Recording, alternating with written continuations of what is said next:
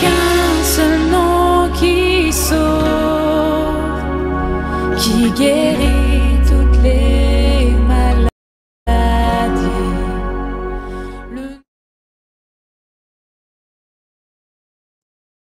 Chers internautes, je vous salue dans le précieux nom de notre Seigneur et Sauveur Jésus-Christ. Aujourd'hui, par la grâce de Dieu, nous allons partager sa parole avec vous dans Marc chapitre 5, versets 21 à 34. Et je fais la lecture. Jésus, dans la barque, regagna à l'autre rive, où une grande foule s'assembla près de lui. Il était au bord de la mer.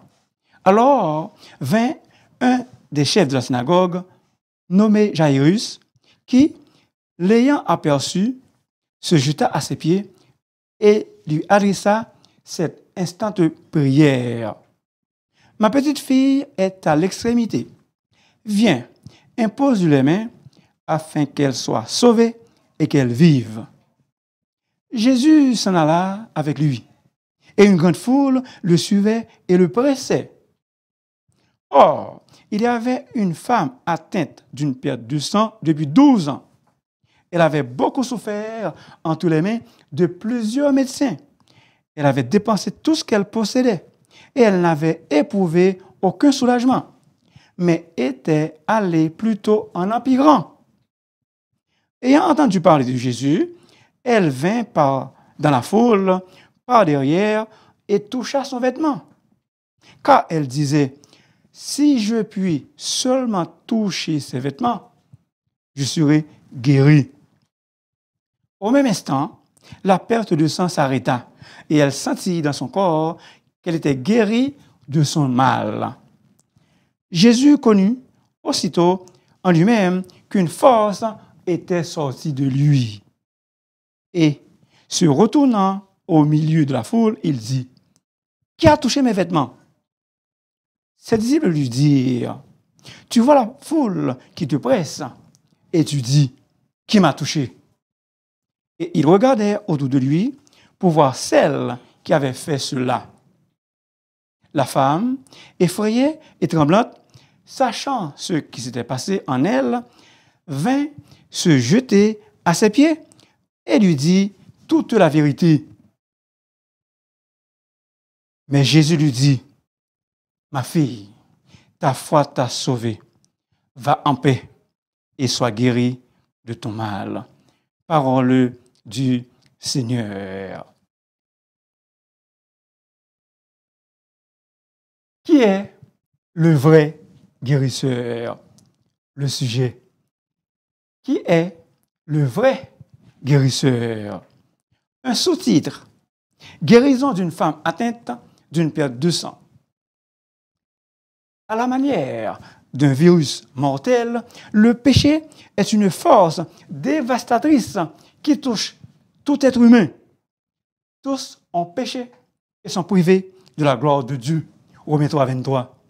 Son influence corruptrice, l'influence du péché, s'infiltre partout et détruit tout. Le péché plonge le genre humain dans la maladie, dans la souffrance et finalement dans la mort. Le salaire du péché, c'est la mort. Mais le don gratuit de Dieu, c'est la vie éternelle en Jésus-Christ, notre Seigneur. Romains 6, 23. Certes, le péché plonge le genre humain dans la maladie et finalement dans la mort. Mais, fort heureusement, là où se trouve Jésus, il n'existe pas de maladie et de la mort. Là où se trouve Jésus, il y a la guérison, la résurrection et la vie en abondance. Jésus est venu afin que les humains aient la vie, une vie abondante. La réalité universelle de la mort soulève une question critique. Quelqu'un a-t-il réussi à vaincre la mort et ainsi rendu d'autres capables d'en triompher? La Bible répond par un oui. Un oui retentissant. Le libérateur existe. ce n'est autre que le Seigneur Jésus-Christ, le Fils de Dieu. Il a déclaré lui-même, « Je suis la résurrection et la vie. Celui qui croit en moi vivra, même s'il meurt, et quiconque vit et croit en moi ne mourra jamais. » Jean 11, 25 et 26. On compte environ 35 miracles de Jésus rapportés dans les évangiles synoptiques. Aujourd'hui, on est en présence 1. La guérison d'une femme malade depuis 12 ans. Cette histoire se retrouve au milieu de notre, la résurrection de la fille de Jairus. Ainsi donc, la guérison d'une femme malade depuis 12 ans est une parenthèse. Ces deux miracles illustrent le pouvoir incomparable et l'autorité de Jésus sur la maladie et la mort. Ce passage n'expose pas seulement le pouvoir incomparable de Jésus, il met aussi en évidence sa compassion, sa gentillesse, sa sensibilité et sa bonté. La guérison miraculeuse de Jésus est-elle pour nous aujourd'hui? Absolument. Parce que Jésus-Christ est le même hier, aujourd'hui et éternellement. Dans les versets 21 à 23, il s'agit d'un chef de la synagogue, l'un des responsables, c'est-à-dire quelqu'un qui est chargé, ou si vous voulez, qui était chargé de l'organisation du culte. Jairus, dont sa petite fille se mourait, vint se jeter aux pieds de Jésus et le supplia instamment. « Ma petite fille va mourir. Viens lui imposer les mains pour qu'elle guérisse et qu'elle vive. » Luc nous dit que Jairus avait une fille unique d'environ 12 ans qui se mourait. Et ce chef vient auprès de Jésus. C'est la seule fille que Jairus avait et elle va mourir. Il faut souligner que ce ne fut pas tous les chefs religieux qui étaient hostiles envers Jésus. Il y eut un autre chef religieux, un docteur de la loi, qui lui aussi vint auprès de Jésus, mais de nuit. Il se nommait Nicodème. Est-ce que vous êtes là? Aucun sacrement extérieur n'est efficace en dehors de la foi au Christ vivant. La guérison de la femme et la résurrection de la fille de Jairus, le point commun entre ces deux récits, c'est la foi en Jésus. La confiance en Jésus va sauver les deux. Une confiance totale, solide, inébranlable, ferme, sans réserve. Tous deux savent que Jésus est le seul espoir de l'humanité. Tous deux savent que Jésus est leur seul espoir. 3 points. Le premier, accessibilité à Jésus dans une foule immense.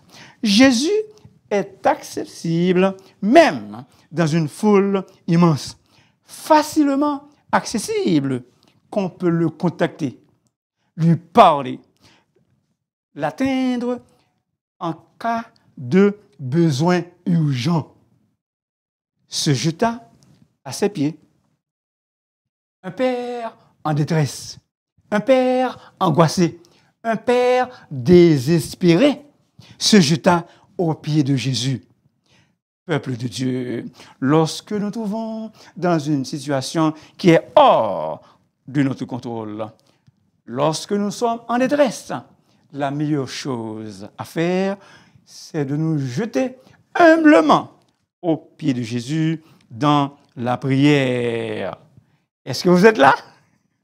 Jairus n'était pas n'importe qui. Il était un chef hautement respecté dans sa communauté. Mais il a oublié s'il était un chef hautement respecté et il s'est humilié aux pieds de Jésus. Pourquoi? Parce que Jésus est le chef des chefs. Il est le grand souverain chef. Philippiens 2, versets 9 à 11. Jairus était un homme très important, mais il savait que Jésus est beaucoup plus important que lui. Voilà pourquoi il se jeta humblement à ses pieds. Et Jésus répondit favorablement à la demande de Jairus en acceptant volontiers et en se dirigeant vers sa maison.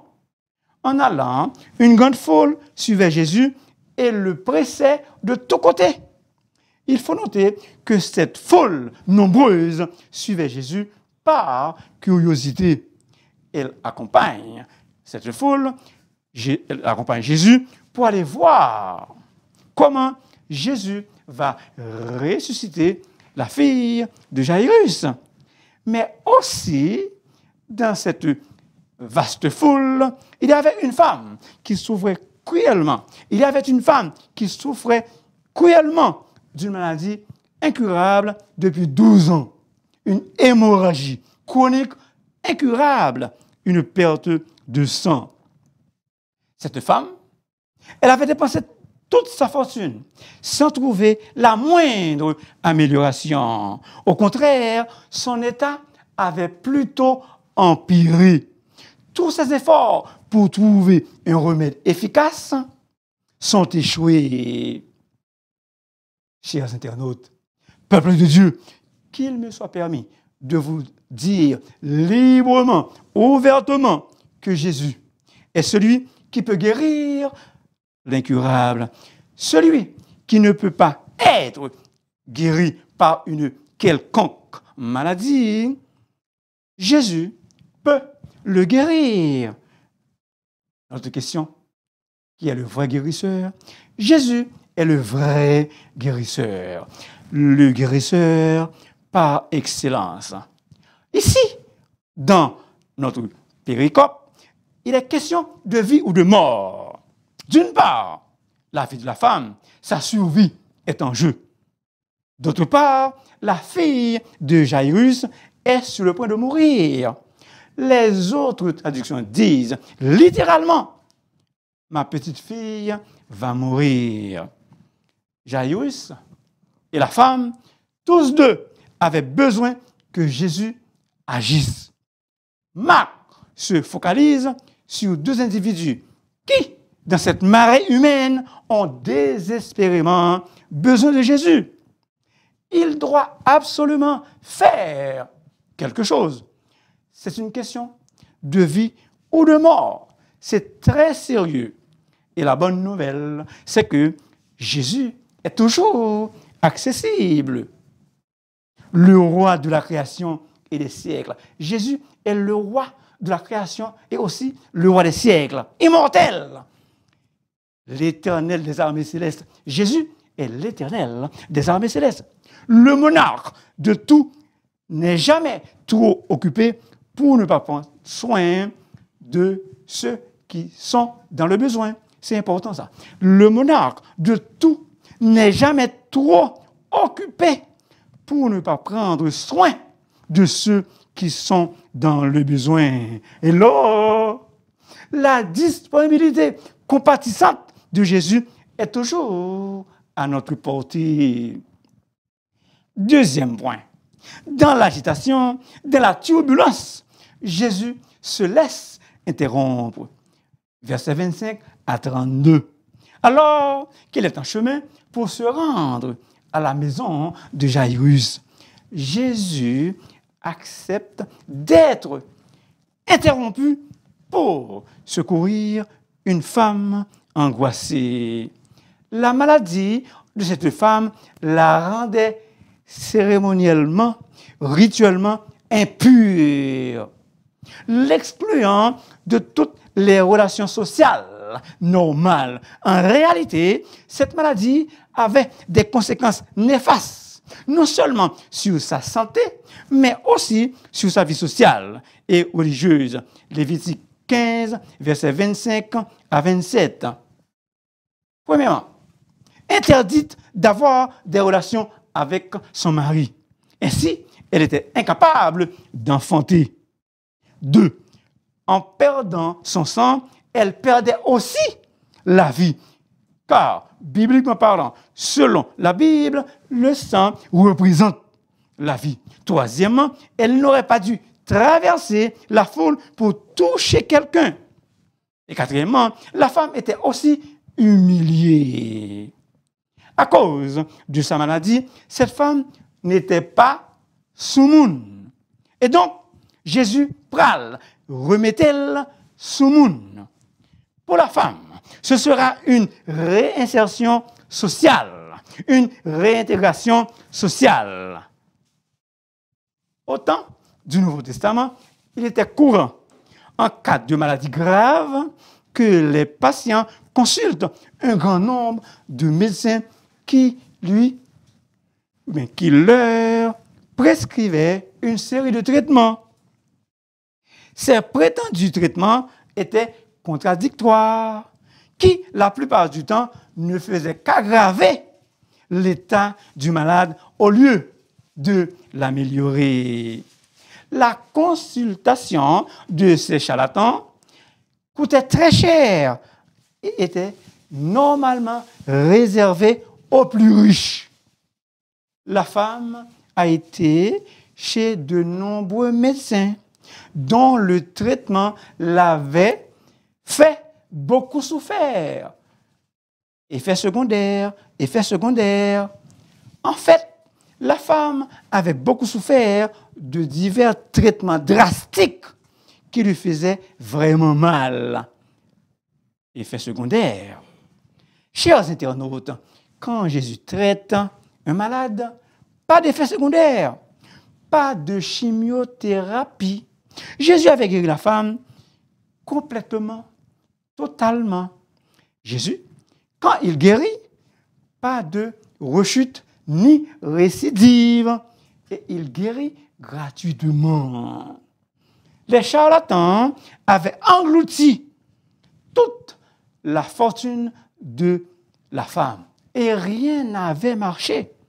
Mais à l'instant même où elle a touché les vêtements de Jésus, elle était guérie complètement pour la vie durant. Est-ce que vous êtes là? Très important ce que je vais vous dire. Ce que 12 années de rendez-vous médicaux n'ont pas guéri, la puissance de guérison de Jésus le réussit en un clin d'œil. Chers internautes, on trouve dans le Talmud, un texte juif, la mention des médicaments et traitements prescrits pour des maladies de ce genre. Une liste de 12 remèdes possibles, et je vais vous en citer seulement 2. Placez les cendres d'un œuf d'autruche dans un sac en toile. Portez sur soi une graine d'orge prélevée dans un crottin d'ânesse. Crottin d'ânesse. Savez-vous c'est quoi ça? Excrément d'ânesse. Mon ami, ce n'est pas sérieux. Savez-vous quel est le vrai remède? Avez-vous une idée du vrai médicament? C'est Jésus de Nazareth. Elle vint par derrière et toucha son vêtement. Un toucher par la foi pour obtenir une guérison.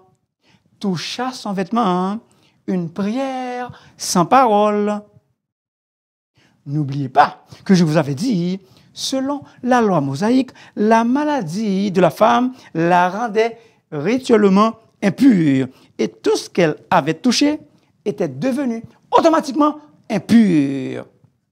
Imaginez que la femme avait fait une prière à haute voix, comme Jairus, elle serait lapidée. La femme a choisi ce moyen, toucher Jésus, une prière sans parole à cause du caractère de sa maladie. Peuple de Dieu, chers internautes, de graves problèmes dont nous avons, on ne peut pas les raconter à d'autres. Pourquoi? De peur d'être critiqué. Mais Jésus, notre ami fidèle et tendre, ne va pas nous critiquer. Comme la femme, trouvons-nous un moyen, un geste quelconque pour dire à Jésus le problème. Si je puis seulement toucher ses vêtements, je serai guéri. La foi de cette femme dans la puissance ou bien dans les pouvoirs de guérison de Jésus était très grande. Elle croyait que même un contact indirect à travers les vêtements de Jésus suffirait. À l'instar de Jairus, la femme est poussée à s'approcher de Jésus par l'urgence de son besoin et par la force de sa foi.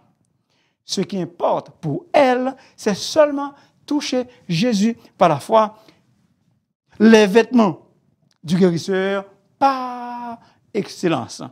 Et Jésus, fera le reste. Quel est ton plus grand besoin? Dis-le à Jésus. De façon quelconque, d'une manière quelconque. Pour la femme, c'était toucher les vêtements de Jésus. Il est accessible.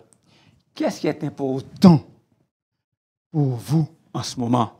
Je crois que ce qui est important, ce qui importe pour vous, c'est de toucher Jésus avec confiance.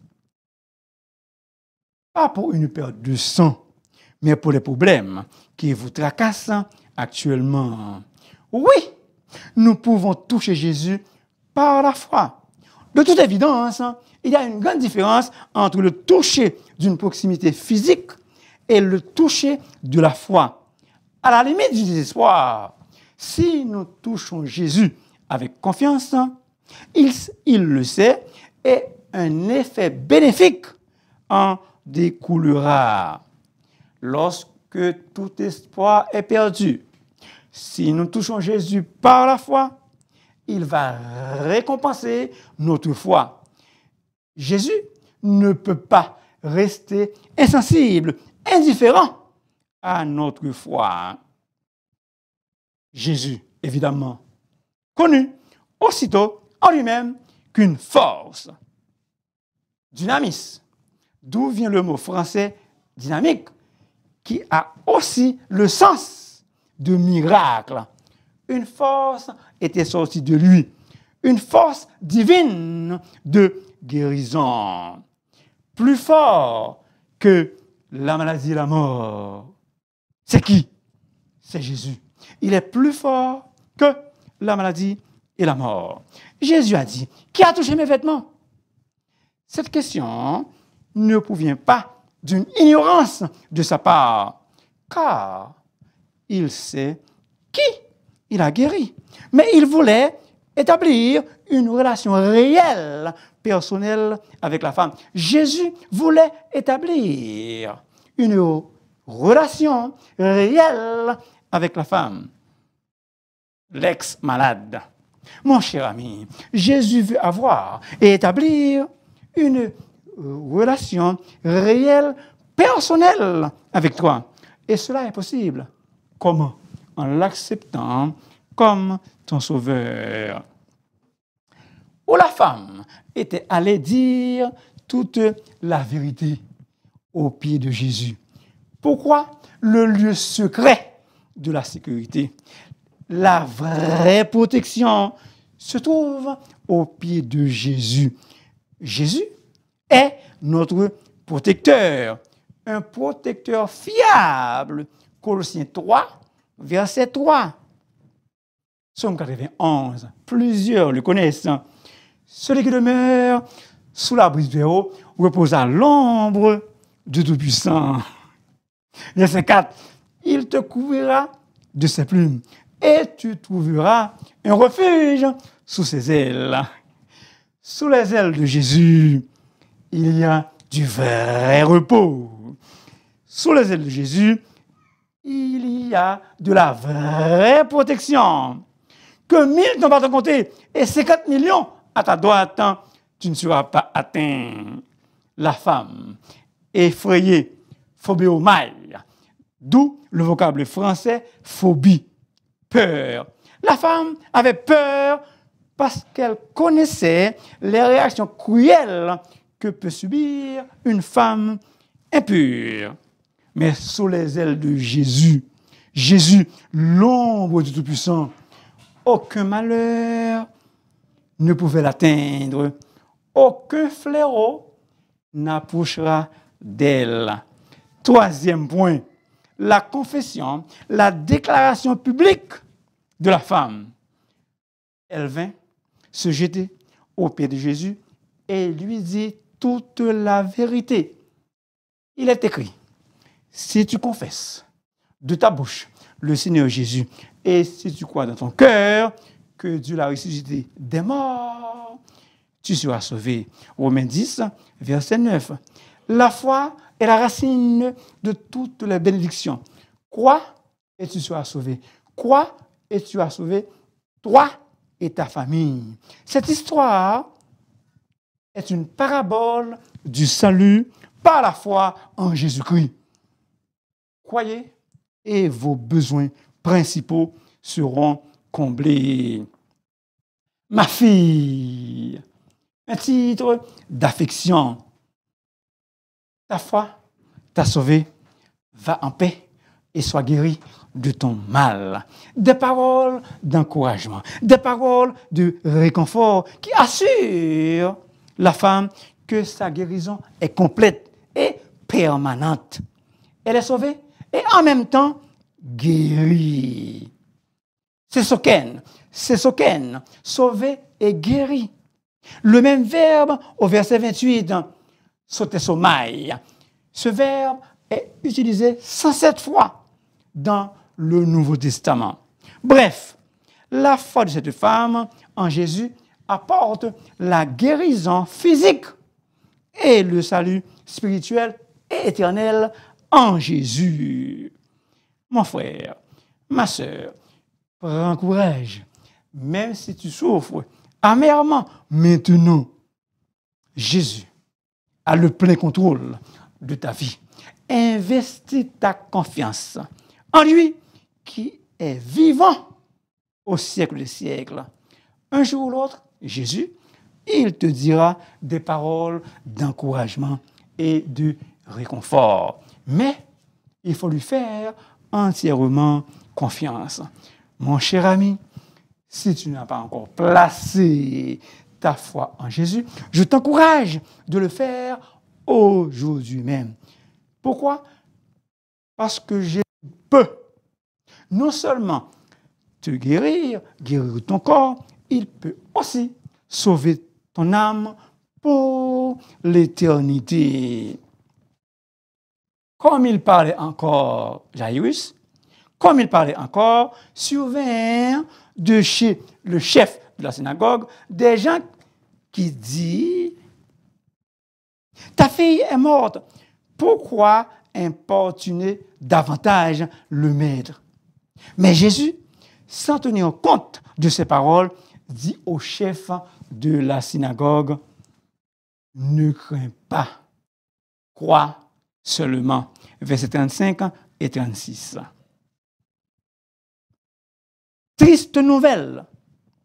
Jairus apprenait que tout espoir était perdu, mais Jésus ne tenait pas compte de cette triste nouvelle de la mort de la fille de Jairus. Et lui dit, ne crains pas, crois seulement. Mon frère, ma sœur, triste nouvelle, mauvaise nouvelle, mais Jésus te dit, ne crains pas, crois seulement. Tout espoir était perdu pour Jairus. Tout espoir perdu pour nous, nous connaissons Jésus là. Quand tout espoir est perdu, nous savons que Jésus est là. dans ces situations, dans les situations qui nous dépassent. Pouvons-nous croire et nous confier en Jésus? Merci beaucoup de m'avoir écouté. S'il vous plaît, n'oubliez pas de vous abonner, car la voix du serviteur est votre émission. Et si vous voulez me parler, vous pouvez m'appeler dans le 514-571-2196. Que Dieu vous guérisse. Que Dieu vous guérisse à cause de sa grâce si vous êtes malade. Que Dieu vous guérisse. Il n'y a qu'un